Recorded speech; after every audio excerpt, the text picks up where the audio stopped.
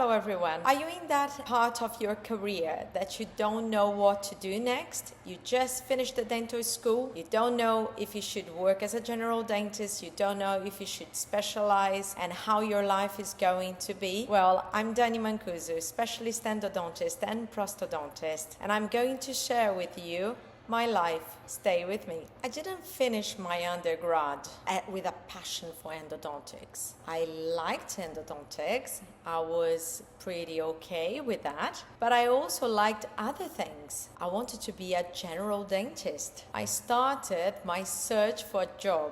However, although I didn't know the difference, I knew that I didn't want just a simple job. I wanted to do something that I could grow in the profession. So I wanted more like a career. I started my career at university, São Paulo State University, one of the best universities in Brazil. Very convenient as well because it was 10 minutes from my parents' house. I could go to the university in the morning, in the afternoon, and also do some extra activities in the evening and weekends. That's when I started research. On the second year of my university, I was already presenting some cases in like our internal meetings. By the third year, I was already involved with the Max Fac Oncology department, which I was doing like the prosthesis, nose, eyes, ears. It was very good. It was then in 2002, after long years of dedication, that I graduated and started my search for a job.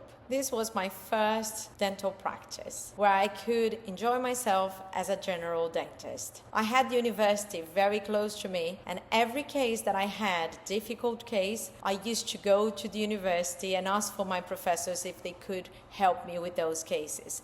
I learned so much during those years. Although I was already doing some decent endo and I could see healing because I always enjoyed the irrigation, the disinfection protocol, I wanted something more. I wanted to see a perfect X-ray. I wanted to be awesome. I wanted my endo to last, and I wanted to put a very good restoration on top of that without any fear. It was then I started to specialize, because being a general dentist is amazing, but you cannot be good in every single subject.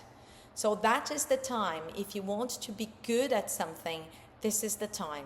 So I wanted to be good and I wanted to specialize. I started doing short courses where I could combine with my dental practice. I did courses in prosthodontics, in endodontics, periodontics, implants, and occlusion. So that was the combination of to become like a full mouth rehabilitation dentist. This is what I wanted to do. I wanted to get a patient with lots of problems and solve all those problems. I did master's degree, PhD, became specialist in two fields, prosthodontics and endodontics, and then I pursued the post-doc because I wanted to lecture. I wanted to carry on that passion as well. Of course, I was in some sort of crisis saying, I don't have time. Why do I want to do all of that? But you need to realize that we chose what we do with our time. If we want to be busy, we'll be busy. If we want to kind of chill out a bit, we will. At that time, I had so much energy that I wanted to do everything. It was quite frustrating sometimes because I wanted to achieve the success. But for you to achieve the success, you need to go through a line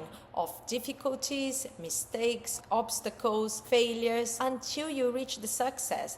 It's quite a long learning curve. But I wanted more. I wanted to go around the world. I wanted to explore dentistry in another country, and that's when I chose England. It was a very long journey. It was a full year of all the documents, preparing everything to be approved on the General Dental Council, but it was so worth it, and I was invited to work at the Windsor Center for Advanced Dentistry with a wonderful team. I was part of the team and I was doing full mouth rehab together with Dr. Tito Mancu, Dr. David Winkler, Dr. Laura Frost, Nikita Mehta. It was amazing. I had lovely 8 years working over there doing full mouth rehab, including endo, implants, and pros. In every step of your life, you have to remember that you have a mentor at some sort. I had loads of mentors at university. I had mentors when I started my career. I had my own dental practice, which was my colleagues that I was sharing the experience. And I had a wonderful mentor. Dani Mancuso was a wonderful mentor at the practice, and he introduced me to different technology. He said to me, Dani, it's okay, you are doing your cases all right, but you need to start using magnification. And he bought the microscope, I bought the pair of loupes, because I couldn't work with the microscope straight away. So I had to accommodate my eyes to a different life, completely different life. But it was amazing. And I understood that you cannot diagnose what you cannot see. It was amazing when I started finding all the 3 mesial canals in the lower molar, all the MB2s in the upper molars. I was like amazed with the premolars with 3 canals and different anatomies and all of that. And in 2008, it was the time of the cone beam. I was absolutely amazed with the technology and I couldn't look back. I, at the moment, cannot do any root canal treatment, I believe, without the cone beam. I'm so used to it that every time I see an x-ray, I think about, am I seeing everything? Or I should take a scan and see if there is anything else. Remember I told you about our mentors. That is my mentor from the university, from the undergrad, always pushing me to become an endodontist. I was like, no, I want to be a prosthodontist. No, come and let's go for the endo. And Professor Dr. Eloy Desan Jr. from São Paulo State University came to visit me when I was lecturing already at Queen Mary University in London. It was very good to receive him there and to show to him that everything he taught me, I was applying already in my career. I then started lecturing at Warwick University in the postgrad endodontic department and started my journey as an international and national lecturer. But although I loved the research and to be a lecturer, I wanted more. I wanted to do endo only. I decided to retire in prosthodontics, and I then bought a specialist endodontics center from Dr. Chris Emery in Portsmouth. It was a very well-known practice when I bought it. A few years later, I opened another branch in Southampton, and we now have 2 specialist endodontic centers, and we are 7 dentists in our endodontic team. We invested a lot in both centers because I'm a believer in technology. So we have 2 Morita cone beam, 1 in each practice, and the microscope in every surgery. Our dental nurses are a specialist endodontic nurse. We train them very well in 4-handed endo, so we don't do any treatment without the microscope. It's from the start to finish. The only thing I do without the microscope is to anesthetize and to talk to the patient. Other than that, everything is done under the microscope. That is amazing for the posture as well.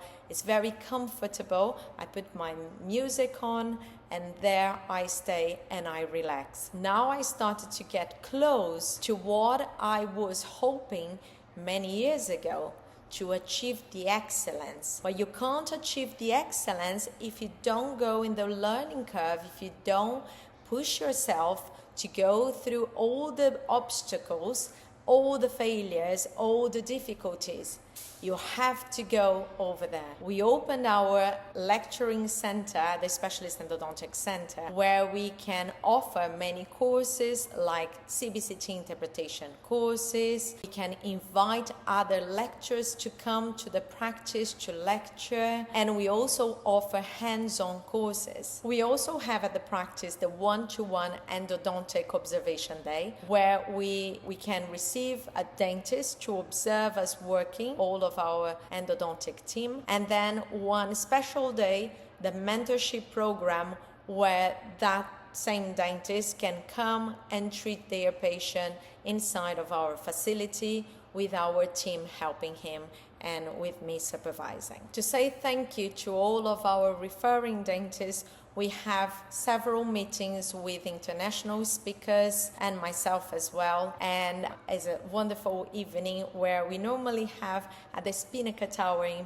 Portsmouth, which is the landmark of the city, or we do in different places as well. I like to say that the road to success is always under construction. We are not successful like forever. You always need to update yourself. You always need to recycle your knowledge because everything is changing all the time. So you need to be alert for all those changes and open to those changes as well. And please don't forget to balance your life. Everything that you do cannot be all restricted to work or to your life. You need to balance that. Mainly when you start your family, you need to know that part of your life is work and part of your life is family.